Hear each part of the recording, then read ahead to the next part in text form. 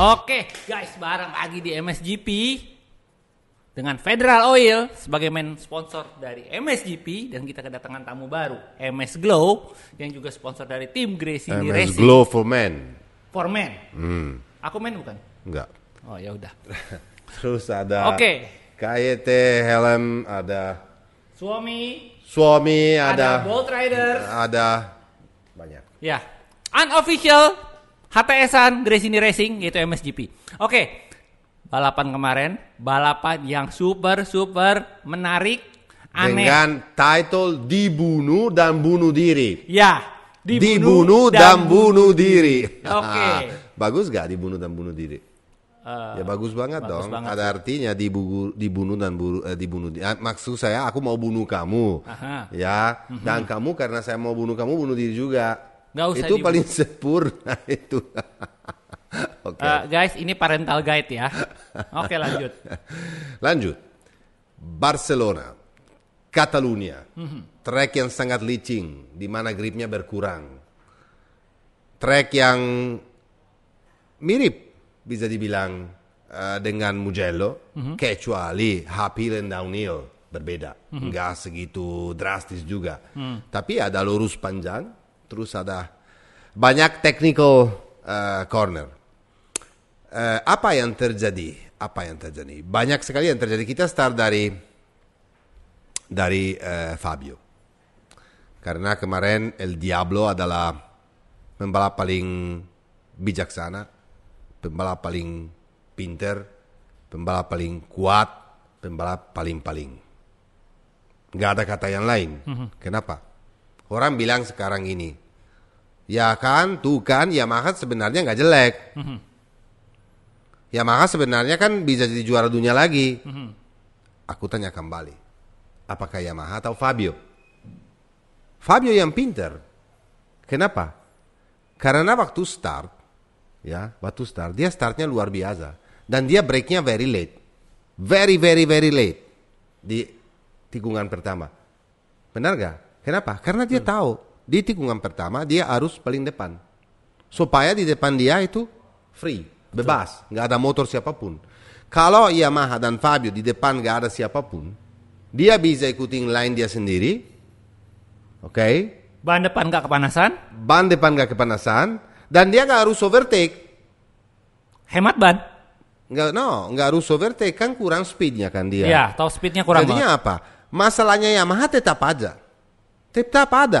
Dan Fabio minta, waktu tanda tangan kontrak kemarin sebelum race di Barcelona, dia itu tanda tangan kontrak karena Yamaha, memperjelaskan kepada dia apa masa depannya, apa yang mereka lakukan, apa proyek mereka supaya motor ini jadi sempurna dan sesuai kemauan Fabio. Dia suka dengan jelaskan dari Yamaha, dia tanda tangan kontrak. Sponsor pula, Monster, mau tanda tangan kontrak. Dan tahun depan akan ada di Ferry-nya juga. Oke? Dan selain itu, makanya saya mau jelaskan kepada orang di rumah, bukan Yamaha yang hebat, tapi Fabio yang hebat, menurut saya. Karena Fabio yang bisa mengerti cara memakai motor ini dengan sempurna. Dia tahu bahwa kalau kemarin dia mau menang, dan dia harus menang, karena dia leading championship, dia harus ke depan. Sebetulnya sih Alex startnya lebih bagus, tetapi Fabio breaknya lebih lama, lebih telat break, jadi masuk rapi hilang. Satu lagi, semuanya bilang, apalagi Michelin, kalian hati-hati, harus menjaga ban supaya bisa memanage, karena ini tracknya sangat licin. Jadinya kalau licin terjadinya apa? Low side, hilang depan. Bukan cuma itu, dan sliding juga, dan spinning, roda belakang, jadinya habis ban belakang. Apalagi Yamaha yang selalu punya kronis masalah itu. Ya kan? Betul. Tetapi ternyata enggak. Fabio ambil keputusan bilang, aku dari awal, aku mau mendorong habis-habisan. Dan kayak orang gila, mau menjauhin semua, supaya habis itu bisa menjaga gapnya. Sementara Alex Espargaro dibilangin hati-hati banyak, dia tuh jaga. Dia bilang, oke, aku tunggu terakhir. Terakhir kan udah telat. Betul. Selain apa yang terjadi nanti kita jelasin. Ya. Tapi kita bicara soal race sekarang. Betul. Itu kesalahan dari Alex itu beda. Tapi motornya ada, Ya. timnya ada, Aprilia di situ, Alex juga ada. Oke. Jadi yang Fabio lakukan adalah kenapa Fabio punya mental kayak begini, bro? Nomor satu karena dia juara dunia. Kalau kamu udah pernah jadi juara dunia di MotoGP, kamu terasa lebih yakin, kamu tahu bahwa adalah orang yang harus dilawan. Kamu tahu bahwa kamu adalah raja. Man to beat. Ya, jadinya dia tuh dapat confidence yang lebih tinggi daripada yang lain. Dan jangan salah, dia selalu mendapat poin. Oke? Dia start dari Qatar di posisi 9, jelek bro. Dari 9 ke 8, dari 9 ke 8, 8 ke 7, 7 ke 4. Terus 3 kali ke 2, terus 2 kali pertama. Iya. Ya kan? Artinya apa? Artinya adalah bahwa dia nggak pernah nyerah. Dia tahu bahwa akan ada momentum di mana dia itu bisa menang, dan dia tahu bahwa motor dia nggak sempurna, tetapi dia paket Yamaha juga masih bisa dimaksimalkan di track-track tertentu di mana Fabio juga suka. Jangan lupa di tahun 2020 Fabio juga juara di Barcelona. Di tahun 2018 dengan Moto2 dia juara. Artinya apa? Dia suka banget track itu dan ambil kesempatan. Di sini aku harus menang kalau saya mau jadi juara dunia. Dan di hari di mana dia jadi juara, yang lainnya gagal semua. Dan menarik sekali kegagalannya ya. Ya, menarik sekali kegagalannya. Kegagalannya itu dari Alex sendiri. Oke. Sayang banget sebetulnya, bro. Aku mengerti. Itu sering terjadi di race. Nggak usah diledekin habis-habisan meskipun dia yang salah. Tapi kan di MotoGP ini terjadi 7 atau 8 kali kalau saya nggak salah. Kili pernah juga di kelas 250. Terus Rins pernah di Moto3. Rins pernah di MotoGP. Jadi yang paling terkenal adalah pada saat perebutan juara dunia di tahun 2009 antara Julian Simon dengan Nico Terol. Iya benar. Itu juga paling memorable karena menentukan gelar juara dunia waktu itu ya. Dan apalagi yang di Barcelona lakukan masalah ini, lakukan kesalahan ini itu gampang sebetulnya karena kan beda cara menghitung lap. Di tower ada tulisannya L1. Itu masih, tapi kan harus lewat semua orang. L1 berarti masih ada satu lap, bukan lap terakhir. L0 lap terakhir. Jadi dia salah. Tapi selain itu bukan semua pembalap lihat tower juga. Seperti contohnya, kalau Mir bilang, aku percaya dengan dashboard saya. Dashboard dari motor itu apa namanya dashboard itu? Dashboard dari motor. Dia di situ bisa menghitung semua lap. Dan kalau udah selesai keluar checkered, berarti dia bilang lap terakhir. Marco Bezzecchi pula bilang begitu. Aku cuma percaya dengan karena bisa di set, bisa dilihat race finish. Oke. Jadi kesalahan Alex itu kenapa? Karena dia under pressure, bro. Under pressure dari dia lagi fighting untuk jadi juara dunia, tidak. Under pressure karena dia main di rumah sendiri. Jadinya dia di Barcelona ini mau lakukan di rumah sendiri, mau lakukan hasil dia nggak pernah dapat. Under pressure karena dia balap khusus untuk anak sendiri. Jangan lupa anaknya Mia kemarin dia pakai helm khusus, ya KYT khusus dengan dengan grafis yang tulisannya Mia, ya. Kenapa? Karena anaknya tuh lahir. Kadang-kadang kita pikir bahwa pembalap itu semuanya senang, lakukan sport yang paling bagus, punya banyak duit, punya rumah bagus banget. Tapi mereka juga punya masalah karena mereka manusia juga. Anaknya Mia sendiri, anaknya Alex itu waktu lahir dia penyakit di jantung. Tapi kembar jadi sehat.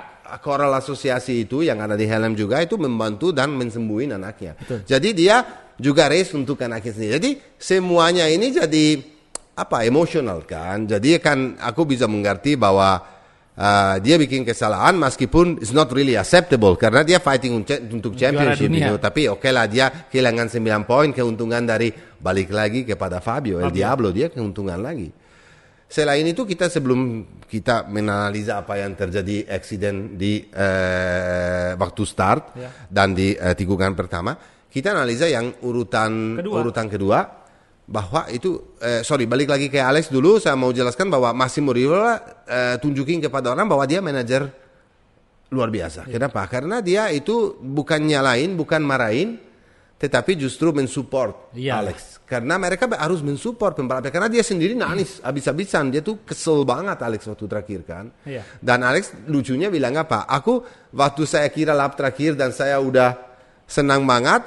Aku lihat di video ada Massimo dengan tangannya di dalam goyang-goyang kepala. Berarti di situ saya ngerti bahwa sebenarnya masih ada satu lap. Di situ saya kejar, aku di belakang Marini. Marini bilang apa? Waktu Alex lewatin saya kembali, dia kan urutan 6, Marini jadinya 5. Jadi dia overtake Marini. Dia bilang Alex itu kan overtake dari luar dengan kencangnya setengah mati, dengan seperti dia punya ban masih banyak banget. Dan dia kencang banget dari luar. Aku di dalam aja sementara struggle. Artinya apa? Artinya adalah bahwa mungkin Alex punya motor yang bagus. Mungkin Alex sekarang ini lagi adalah di posisi yang bisa fight untuk championship. Dan selain itu, dia pede banget. Kesalahan Alex apa? Waktu awal, terlalu konservatif sebetulnya. Kalau dia kejar dari awal Fabio, dia bisa mendorong motor habis-habisan untuk kejar. Dia bisa sebenarnya bro. Karena dia tapi konservatif banget. Karena awal-awalnya juga Martin sempat overtake dia.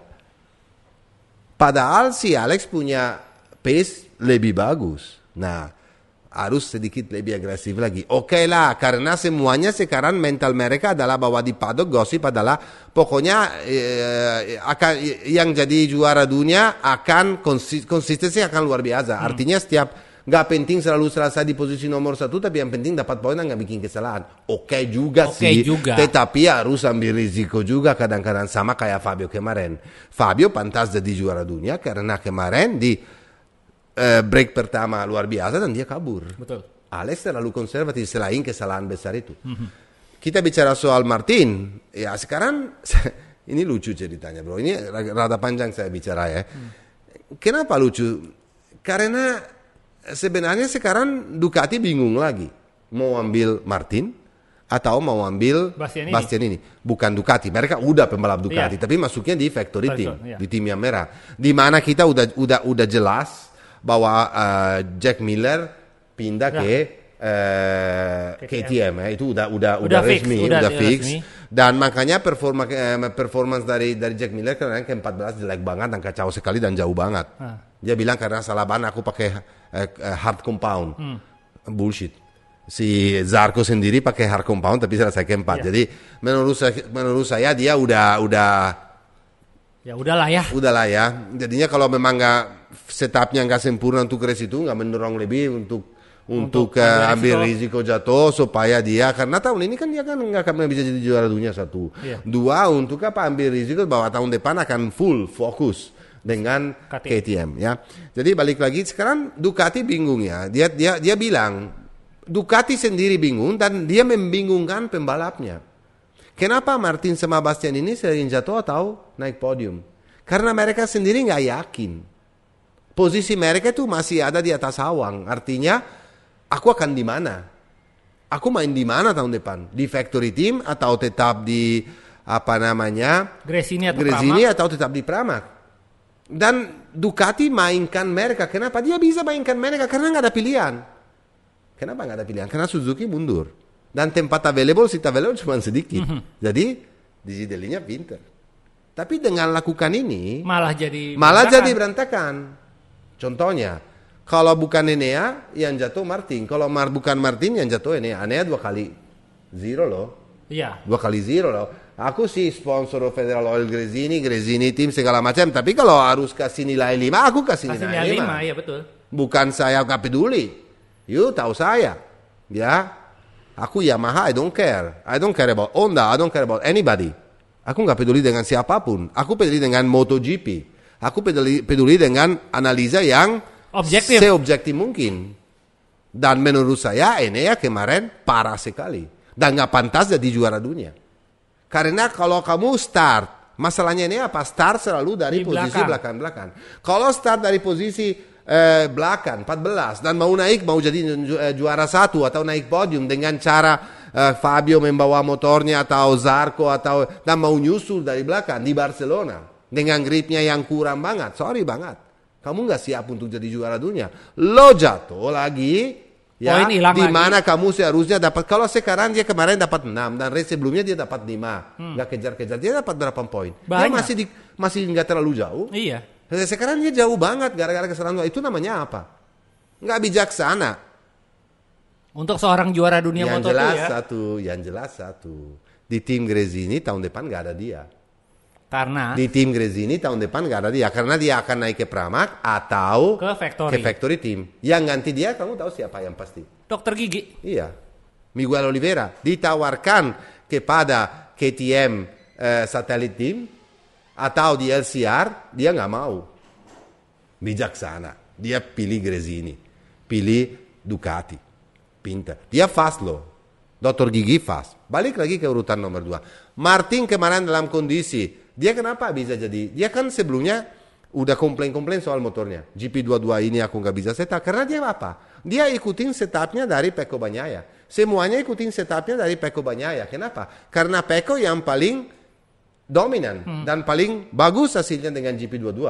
Tetapi apa? Bukan semua pembalap punya riding style yang sama. Jadi dia apa kemarin? Dia balik lagi ke setup yang awal-awalnya, setup neutral. Dia bilang lagi, wah ini motor saya, ini masih bisa saya maksimalkan. Aku selesai di posisi nomor 2. Jangan lupa dia punya masalah di tangan. Dia harus operasi. Dan kemarin dia baru dioperasi. Jadi kan kadang-kadang dia sampai lap ke 10-15 tangannya udah nggak terasa lagi. Jadi makanya sering jatuh atau sering masalah. Tapi selain itu adalah faktor setup motornya ikutin Pecco Bagnaia. Jangan ikutin pembalap yang lain. Setiap pembalap punya karakteristik berbeda dari pembalap yang lain dan harus ikutin feeling sendiri. Karena kadang-kadang itu about feeling. Satu klik atau satu perubahan dari insinyurnya tuh bikin terasa lebih enak. Bukan berarti motor berubah banyak atau lebih enak. Cuman feeling dari pembalap. Oh ini baru bagus. Oh ini baru. Feeling itu penting. Nah feeling itu adanya seperti perasaan. Ya jadi kayak sesuatu yang memang tidak bisa terlihat secara jelas. Tetapi feeling terhadap motor itu adalah kayak feedback dari ban depan, dari pengereman, dari sliding ban belakang. Itu terasa lebih nyaman di saat kita tidak begitu menyadarinya. Kalau disadari secara langsung itu sulit, tetapi pada saat kecepatan tinggi disitulah bermain feeling, perasaan gitu. Jadi sesuatu yang tidak terlihat. Dan feeling itu sangat penting karena kalau feeling itu dapat, kamu terasa nggak ada yang bisa lawan. Kalau kamu terasa nggak ada yang bisa lawan, masuk tikungan kencang sekali, brake-nya late banget, sliding, akselerasi, kamu invincible. Apa namanya invincible? Rasanya mau sliding mau apa kok rasanya tuh ngegrip banget dan kalian tuh benar-benar tidak terasa, nggak bakal jatuh walaupun kalian mengambil resiko sangat tinggi. Itu disebut feeling. Superhero jadinya. Ya. Jadinya itu yang terjadi kemarin kepada Fabio dan itu yang terjadi juga kepada Martin kemarin. Dia terasa kembali feeling yang luar biasa meskipun lah masih ada sakit dan harus dioperasi, tapi dia prestasi luar biasa di mana dia selesai di posisi nomor 2. Balik lah dia beruntung di posisi nomor 2. Kalau nggak 2 dia ketiga karena Alex bikin kesalahan, tapi tetap aja. Yang bikin kesalahan Alex. Yang lucunya apa? Martin bilang gini, waktu Alex itu turun trot gas, aku kira dia engine, semuanya pikir begitu. Pikirnya engine trouble. Jadi aku jadi takut, karena saya ingat Pecco tahun lalu di Jerez kan, di mana trouble juga. Aku jadi trouble, aku turun. Makanya lap itu saya 2 sekon lebih tinggi daripada biasanya. Karena aku takutnya engine saya bisa meledak, karena sangat panas banget. Tapi itu ternyata itu Alex itu salah. Berhitung laps. Dan Zarco ya juga prestasi yang top. Prestasi yang seperti Zarco biasa, kalau bisa. Aku angkat topik karena dia start dengan ban compound belakang hard, di mana semuanya bilang bahwa kemarin itu sulit. Itu gini guys, bukan karena panas sekali atau karena gripnya kurang berarti compound yang hard paling bagus. Kenapa? Karena bedanya antara soft, medium sama hard itu sangat tipis loh. Contohnya dari Maverick Viñales, dia urutan ke-7 pakai ban belakang soft dan nggak ada siapapun. Itu balik lagi ke apa? Feeling. Balik lagi ke apa? Cara men-setting motor dan membawa motornya. Oke.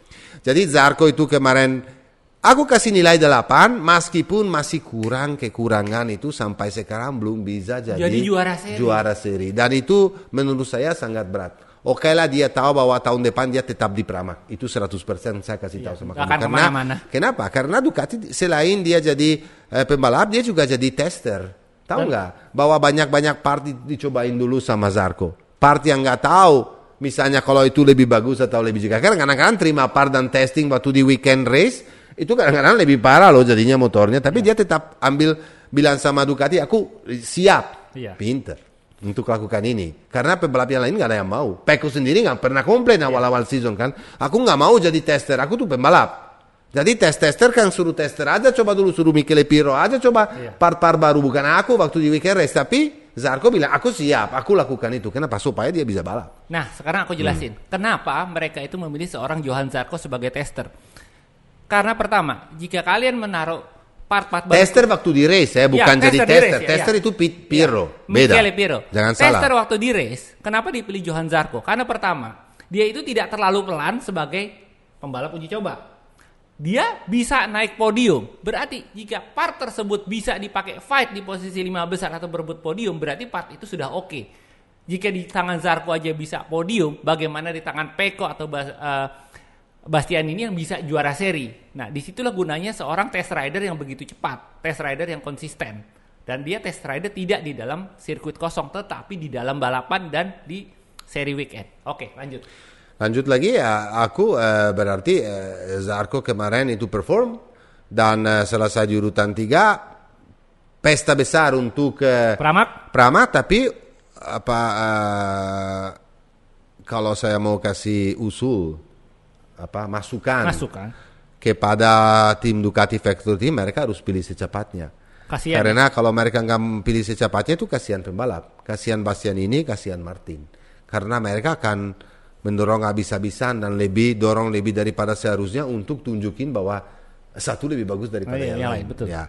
Kalau misalnya sekarang kalau kita lihat di atas kertas, karena urutan 3 di Championship adalah Bastian ini seharusnya. Yang jadi factory rider itu adalah Bastian. Tapi kadang-kadang ada politik, ada sponsor, ada juga Ducati tahu sendiri bahwa Martin sebetulnya punya potensi untuk jadi juara dunia. Jadi apapun yang terjadi, saya berharap mereka bilang mau tunggu sampai Sachsenring.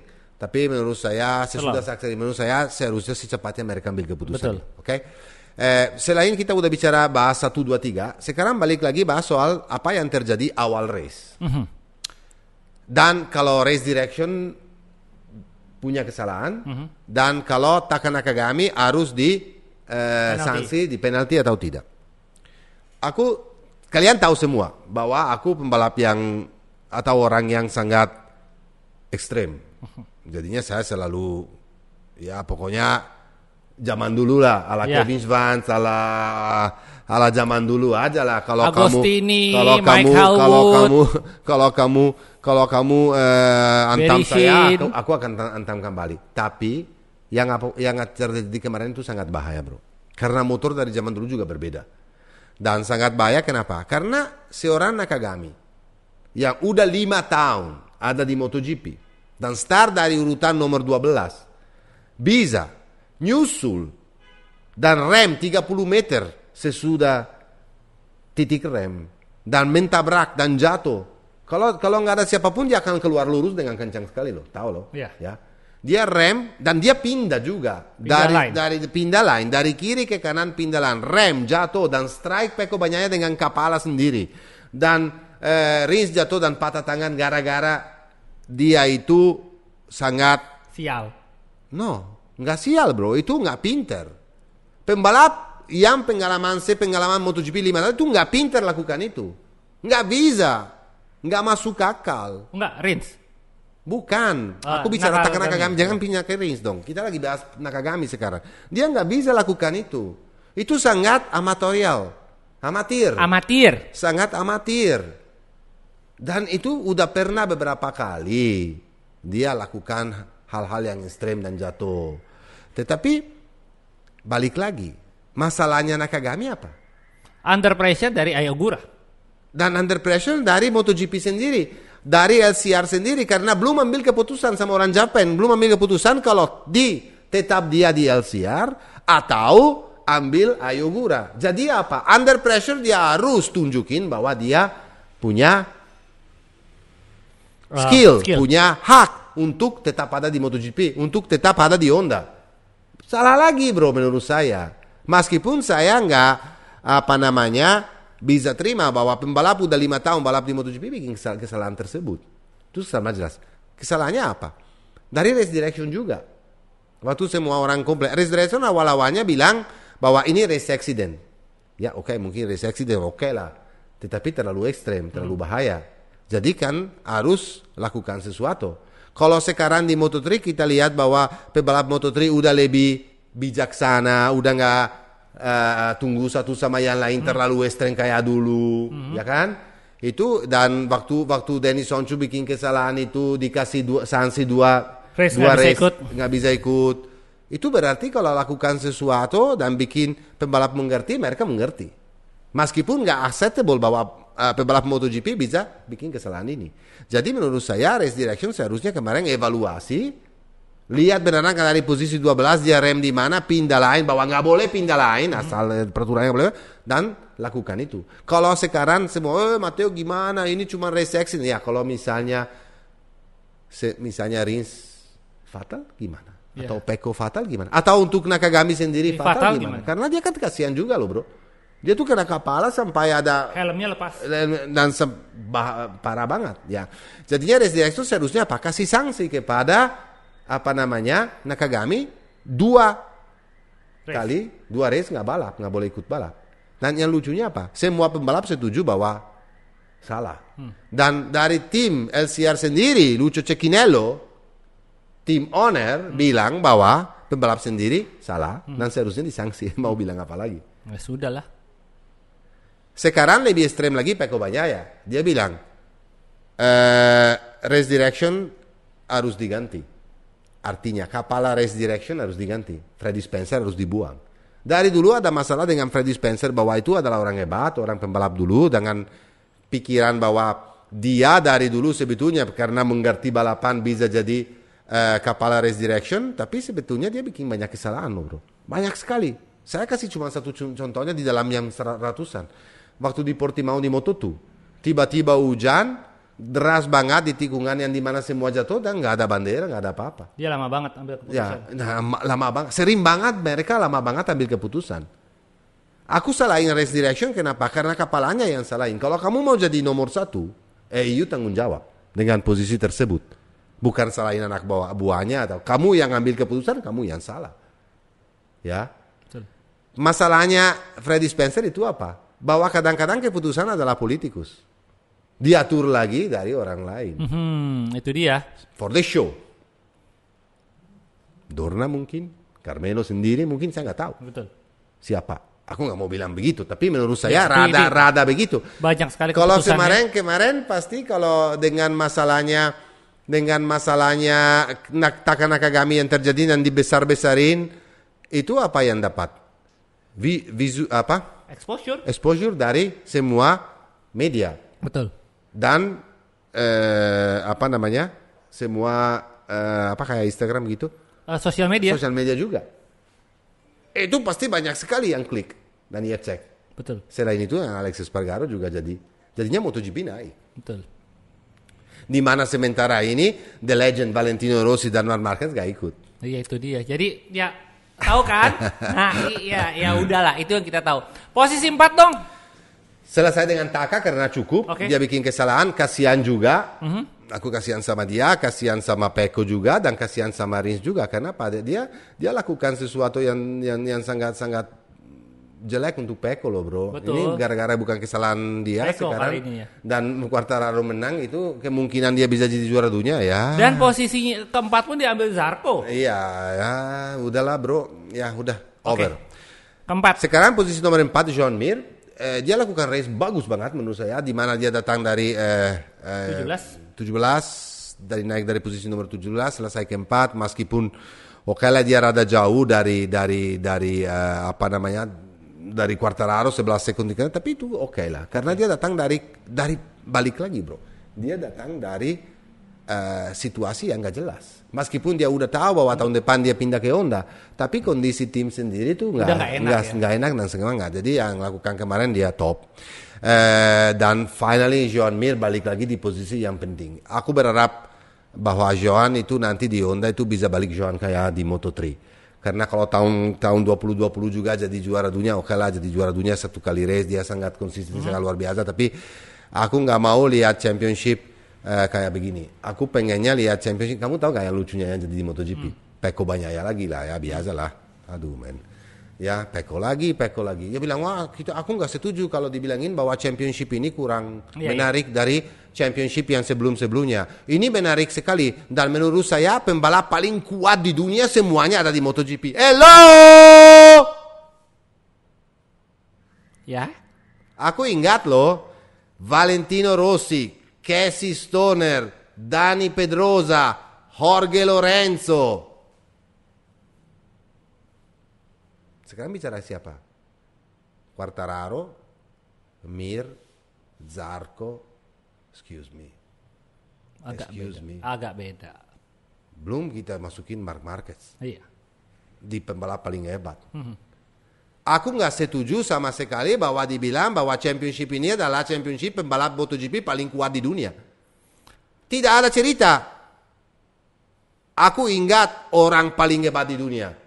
Valentino Rossi 9 kali juara dunia. Dani Pedrosa 3 kali juara dunia. Oke, bukan di MotoGP. Dan dia kena sial di MotoGP. Kalau nggak minimal 2 kali juara dunia bisa dapat ya.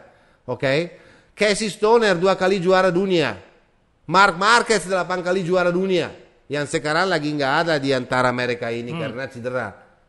Ya mau bicara Jorge Lorenzo 5 kali juara 5 kali juara dunia. Hello men, balik lagi. Pecco Bagnaia 1 kali juara dunia. Fabio Quartararo 1 kali juara dunia. Joan Mir 2 kali ya, please deh. Bastia 1 dan itu pun Moto2 semua ya. Aku nggak bilang bahwa ini bukan pembalap yang hebat. Jangan salah, aku senang, aku suka orang muda-muda dengan teknologi yang berbeda, dengan motor yang berbeda, dengan kecepatan lebih tinggi, segala macam kamu mau tambahin di sini, tambahin lah. Tetapi jangan bilang juga bahwa ini championship dengan pembalap paling hebat. Enggak. Ya sorry deh. Agak di bawah sedikit. Next, Alex Espargaro, urutan nomor 5, kita udah bicara banyak. Ya sudah lah ya, dia memilih jadi posisi 5. Dan dia tetap bisa dapat poin, tetap bisa nyusul dari Luca Marini. Aku kasih kepada dia dan Aprilia nilai 9 untuk race dan weekend race. Karena dari weekend race dia dapat pole position, luar biasa sangat. Dan kasih 2 nilai untuk last lap doang. Tapi di situ kita kelihatan bahwa Aprilia sangat strong. Oh, balik lagi ke Aprilia. Selain saya bicara, saya tambahin news ya, karena kan banyak sekali. Kalau nggak saya nggak bisa. Itu confirm bahwa Team With You jadi pakai Aprilia. 90% pembalap adalah Alex Rins dan Raul Fernandez. Which is dari KTM. Super strong team. Jangan lupa loh, Aprilia punya 4 pembalap dari Spanyol semua. Oke. Ya. Dan selain ini Aprilia ya jadi hebat. Jadi hebat ya. Jadi balik lagi ke posisi nomor 6. Luca Marini. Topi untuk Luca Marini again karena dari 2 weekend ini dia kelihatannya bahwa dapat setup yang udah ketemu setup dengan GP22. Mungkin dia awal-awalnya juga ikut Pecco. Aku nggak tahu ini ya. Aku tahu dari Martin karena dia sendiri yang sebut itu. Tapi Luca adalah pembalap kalau udah mengerti itu kencang loh bro. Ingat lagi di Moto2. Dia hampir jadi juara dunia. Dia butuh waktu untuk adaptasi. Tapi kalau udah bukan pembalap jelek, bukan pembalap ada di MotoGP gara-gara Valentino Rossi, enggak. Dia ada di MotoGP karena memang bagus. Oke. Jadi posisi nomor 6 dapat lagi dari dia, posisi nomor 7 Maverick Viñales. Mendingan balik lagi. Viñales itu adalah tanda tanya besar dari saya. Di weekend di mana sering di free practice dia adalah paling depan. Di warm up di belakang. Tapi waktu di kualifikasi dia selalu jelek banget. Yeah. Kalau dia nggak start dapat kualifikasi, start minimal dari urutan top 10 lah ya. Top 10 lah. Dia tuh kalau saya bilang top 6 lah bro. Dia harus start dengan Aprilia kayak begini dia seharusnya, dan dia tuh udah mengerti. Saya kemarin lihat di FP2 juga di FP1 cara membawa motornya kalau dia lagi sempurna tuh beautiful banget loh bro. Iya betul. Dia sliding, masuk tikung rapi, cara badannya keluar. Oh my God, it's so beautiful to see. Tapi dia lagi punya masalah di kualifikasi. Betul. Kalau dia kualifikasi bisa start dari run besar, kita bisa lihat. Dan saya yakin bahwa sooner or later Maverick akan jadi juara race. Nomor 8 Brad Binder dan Miguel Oliveira. Menurut saya Brad Binder pasti adalah pembalap yang paling bagus dari KTM. Dia tuh paling kencang, dia paling berprestasi dan talenta yang kristal. Yeah. Masalahnya Brad Binder adalah motornya. Motornya masih Jadinya bermasalah, masih perlu step up sendiri dari KTM. Dia dikonfirm ulang di Team Factory dan tahun depan dia akan jadi satu tim sama Jack Miller. Betul. Jadi KTM akan sangat strong. Berharap bahwa mereka bisa maju juga di motornya. Betul. Ya, bukan masalah duit juga. Duitnya mereka banyak. Masalahnya itu memang MotoGP nggak gampang untuk selevel. Lihat aja Aprilia berapa tahun harus kerja keras untuk jadi begitu. Dan Oliveira oke lah mungkin bermotivasi udah berkurang dan dia udah mikir bahwa tahun depan akan join. Menurut saya itu adalah beruntungan sendiri dari Oliveira karena saya masih yakin bahwa The Doctor itu still very strong loh bro. Dia selalu tunjukin bahwa dia strong sebetulnya. Mungkin dia pernah tim yang berbeda, suasana yang berbeda dengan motor yang berbeda untuk tunjukin kepada orang bahwa dia berpotensial untuk jadi juara dunia. Dan saya masih pikir itu karena saya masih ingat waktu prestasi di Moto2 itu bukan main. Luar biasa sih. Ya, oke. Nomor 10 Alex Marquez juga dia start dari belakang lagi. Terakhir 25 dan dia bisa naik sampai urutan 10. So sesuatu banget. Ini adalah juga pembalap yang tanda tanya. Ada gosip lagi di pit dari dalam bahwa tim Suzuki semua ini akan di take over oleh KTM. Tim Suzuki ini dan akan diturunin dengan diturunin motor KTM pasti bukan motor Suzuki dengan brand gas-gas. Oke, kamu harus tahu, kamu nggak ngerti soal off-road kan? Rada bego juga. Aku kasih tahu soal off-road. Nomor 1 KTM itu punya selain brand KTM punya 2 perusahaan lagi. Husqvarna atau Husqvarna seperti dibilangin Husqvarna namanya Husqvarna atau Gas-Gas. Gas-Gas itu dulu punya Spanyol. Ya. Jadinya dia dibeli brand ini, motornya semuanya ganti baju tapi basicnya adalah KTM.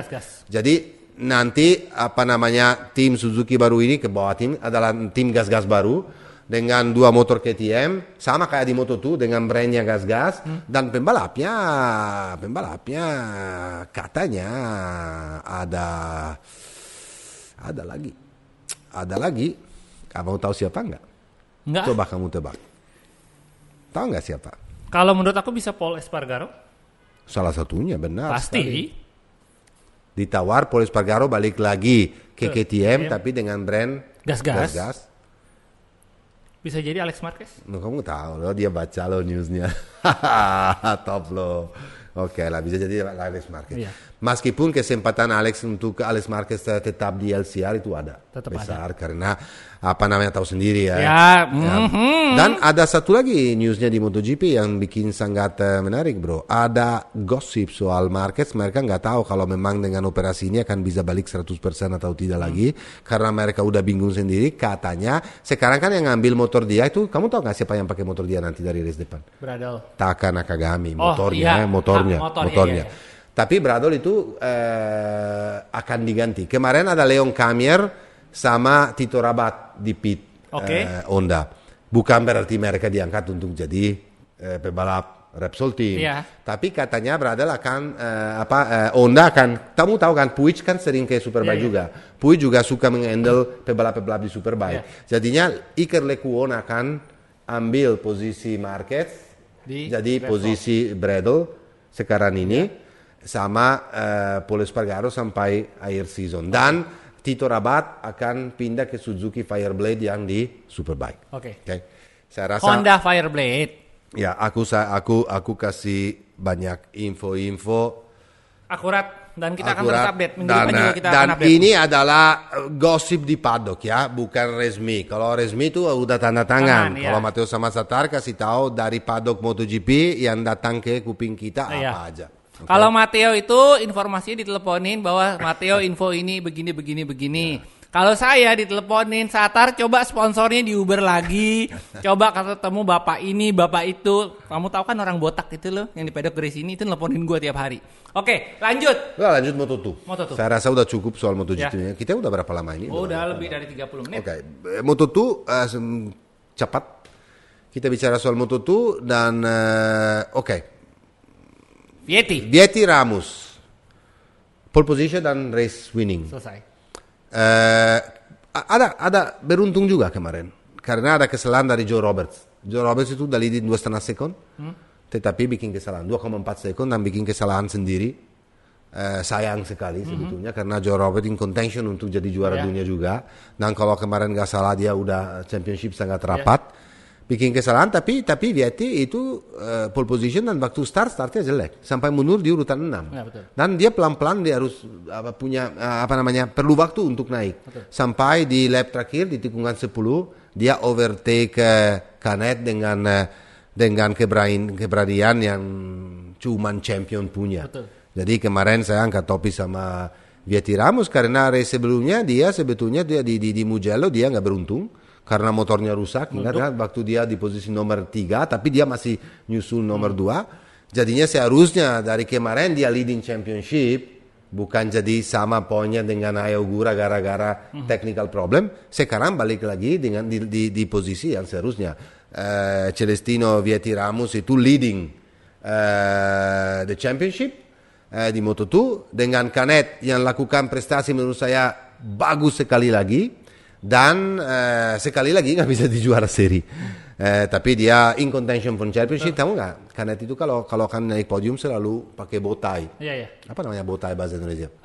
Dasi kupu-kupu. Yang kamu bilang dia sebetulnya enggak karena dia udah punya pacar. Tapi dengar dulu, dia bilang bahwa dia akan kasih tahu sama dunia kenapa setiap kali dia waktu podium dia pakai bow tie. Cuman atau kapan dia jadi juara seri. Jadi kalau kemarin dia jadi juara seni aku lagi tunggu loh ini mau kenapa ya dia pakai, karena aneh juga ya pakai kacamata begitu kayak clown gitu kayak kamu setiap hari gitu kan, kamu nggak pakai bow tie tapi clown begitulah ceritanya. Oke.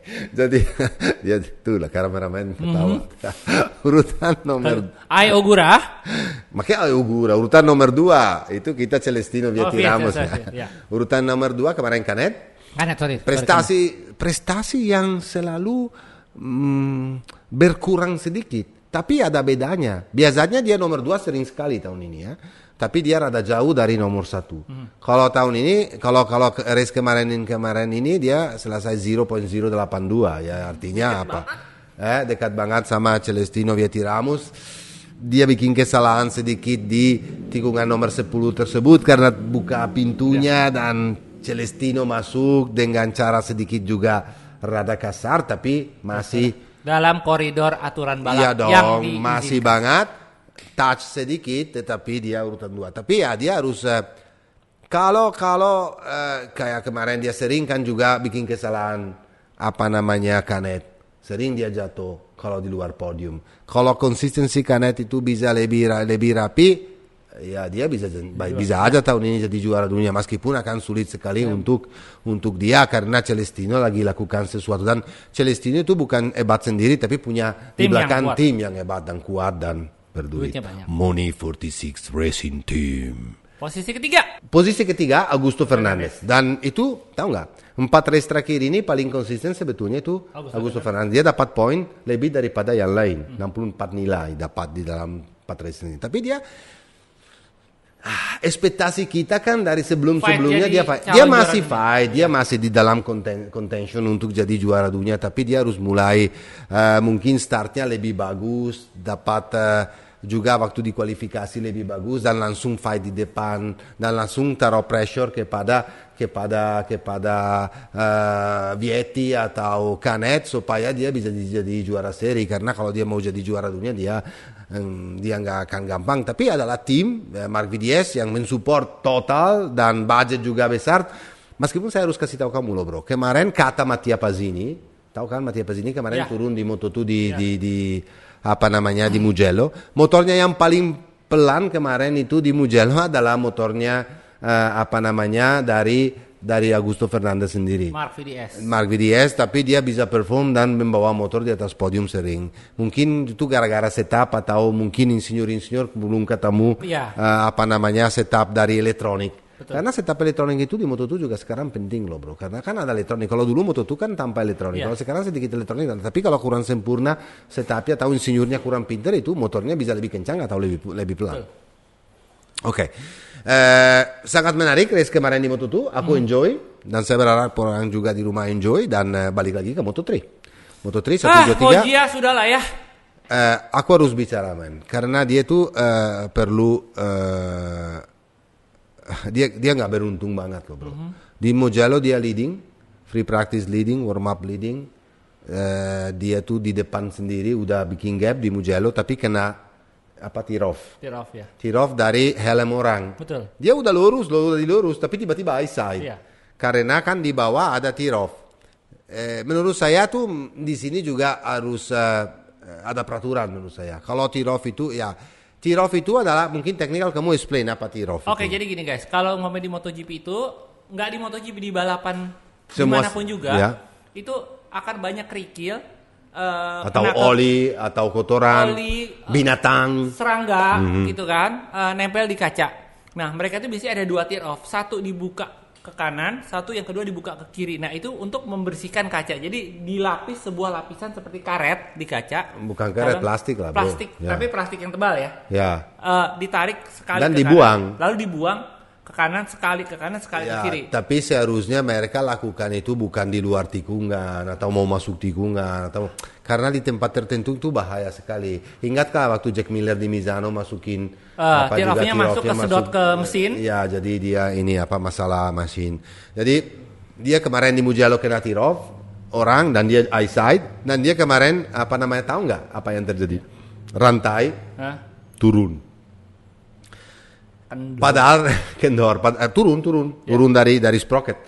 Padahal itu di Moto3 yang terjadi kayak begitu itu sangat sulit dan jarang banget itu. Dan kata si Christian Lumberg, tim manager Leopard bilang kita ganti dengan rantai baru, sprocket baru, semuanya baru, tapi ya sudah lah. Ya itu namanya apa? Sial. Jadi tapi Foggia sekarang jauh loh bro, karena kemarin Izan Guevara dan Garcia perform lagi. Balik lagi. Jadi nilainya tinggal. Tapi jangan lupa, aku ingat bahwa tahun lalu dari Barcelona ke depan, dia tuh ketinggalannya poinnya jauh lebih banyak daripada sekarang dibanding sama Pedro Acosta, tapi dia bisa fight dan dia bisa balik lagi. Meskipun sekarang ini menurut saya lebih susah karena dulu ada cuma Pedro Acosta, sekarang ada Guevara dan ada juga Sergio Garcia. Banyak lah. Jadi kasihan aja. Dia akan usaha keras karena dia adalah pembalap yang nggak pernah #never give up. Foggia, dan kita harus mention karena sial aja, bukan kesalahan dari dia sendiri. Tapi ya dia harus tetap kuat dan tetap balas dendam. Betul. Kemarin nomor 1 Izan Guevara lagi ya dengan gapnya jauh menang lagi. Menurut saya ini bro, ini sekarang itu kata Gino Borsoi, team manager Jorge Martinez tim 4 kali juara dunia sekarang punya masalah karena dia bilang aku bisa kerjain mental pembalap saya supaya mereka di dalam satu tim jadi suasana yang gembira. Tetapi sampai kapan? Kalau sekarang ini mereka dua-duanya fighting untuk championship nggak akan gembira lagi, tahu sendiri. Betul, pasti. Ya tujuan pertama untuk pembalap adalah kalahin teammate. Apalagi kalau mereka fighting untuk kejuaraan dunia. Betul. Kemarin menurut saya Izan Guevara tuh lebih strong, lebih kuat. Umurnya cuma 16 tahun loh bro, 17 tahun sorry. 17 tahun. Dia itu lebih strong daripada Guevara, jadi daripada Garcia. Jadi Garcia harus hati-hati dan harus wake up karena kemarin aja dia selesai di urutan nomor 4 dan dimakan poin lagi. Terima kasih ke Tatsu Suzuki karena dia bisa bantuin paling minimal selesai menjadi gapnya dan poinnya lebih besar untuk Sergio supaya Foggia kan teammate-nya Tatsuki Suzuki supaya masih bisa ada kesempatan, tapi Sergio harus wake up. Betul. Harus mulai mendorong lagi, kalau enggak Guevara bisa menang terus. Itu David Munoz. 3. Tahu nggak? Dia baru 2 kali balap di di Moto3 karena dia kan umurnya kan belum cukup, baru 15 tahun kemarin. Dia tanggal 5 Mei kemarin ulang tahun, jadi umur 16 tahun itu minimal tahun ini. Dari tahun depan itu umur 18 tahun harus jadi untuk masuk jadi pembalap Moto3. Kalau sekarang ini masih di umur 16 tahun. Kemarin itu dia lakukan sesuatu extraordinary. Rookie, ya, baru 2 kali balap di Moto3. Oke lah, dia di Rookies Cup udah balap, dia di CEV CIV Moto3 udah Junior Championship udah balap, tapi kemarin beda cerita balap di Rookies Cup dan di CEV dibanding sekarang kejuaraan dunia dengan pebalap yang paling hebat di dunia. Jadi kemarin ini adalah pebalap yang berpotensial, yang salah satu bintang lagi. Yang di masa depan ya? Ya, di masa depan, umur 16 tahun bisa selesai di urutan 2 dengan di lap terakhir dan di tikungan terakhir overtake yang sangat kasar. Betul. Tapi masih di dalam koridor aturan yang berlaku. Aturan dan dia masuk dan dia menang. Urutan nomor 3 Tatsuki Suzuki ya. Suzuki, ekspektasi dari tim Leopard sebetulnya lebih karena dia punya winning team, karena dia punya winning bike. Tapi minimal kemarin dia bisa makan podium dan back to back podium, dan minimal kemarin dia bisa makan poin ke Sergio Garcia. Jadi ya untuk sementara ini udah semua ini. Oke. Aku selesai. Apakah kamu mau tambahin sesuatu? Enggak. Jadi gini guys, kita sekarang ada perubahan sedikit format. Ketika balapan itu ada jeda, kita tetap akan sharing informasi. Jadi kita nggak cuma nge-review balapan, tapi kita juga ngasih bocoran-bocoran info dari pedok. Info langsung dari orang-orang kita di dalam, mulai dari Carlo Pernard, Mr. Carlo Merlini, kita banyak banget nama-nama lain yang nggak bisa kita sebutin karena dari tim lain. Jadi kita akan share setiap minggu depan akan ada lagi syuting fresh. Ya, nanti kita hari Selasa depan akan ada syuting karena ada Superbike weekend ini. Ya, ada Superbike dan juga ada info. Ada info-info baru pasti banyak dari dan saya mau bicara soal testing di Barcelona. Ya, hasil testing Barcelona. Aku mau bicara soal hasil Superbike. Ya. Nanti di Misano, mereka balap di Misano akan sangat menarik, dan fight-nya antara Bautista, Johnny Ray dan Toprak akan menarik, dan mereka balap di kandangnya bisa dibilang Ducati karena San Marino dari Bologna sangat dekat, dan tahun lalu Rinaldi dengan Ducati menang 2 out of 3 race, 2 out of 3, jadi akan Bautista akan mengusahakan keras sekali untuk selesai paling di depan dan leading championship, bikin gap di championship lebih jauh lagi dari Johnny Ray sendiri, dan pasti Toprak akan mengembali fight untuk championship ini. Oke guys, gitu aja, dan jangan lupa kalian tinggal komen apa aja terserah di sini. Nanti kalian akan dapat t-shirt MSGP terbaru seperti ini. Ini dia dipakai Matteo, dan ini dia, hanya tinggal komen. Oke. Kita ucapin terima kasih untuk episode kali ini. Terima kasih juga buat sponsor utama kami, Federal Oil dari Exxon Mobil Group, lalu keluarga terbaru dari Grace ini, MS Glove for Men. Jadi race ini jadi apa? Bunuh dan bunuh diri. Bunuh diri siapa? Alex. Taka. Bunuh diri Taka pasti. Itu pertama. Dia bunuh diri dan dia membunuh diri dan bunuh orang. Bunuh siapa dia? Bunuh Pecco dan Rins, ya. Yang bunuh diri siapa? Bastianini. Sama? Tapi yang lebih heboh lagi adalah Alex Espargaro. Ya udah. Dadah.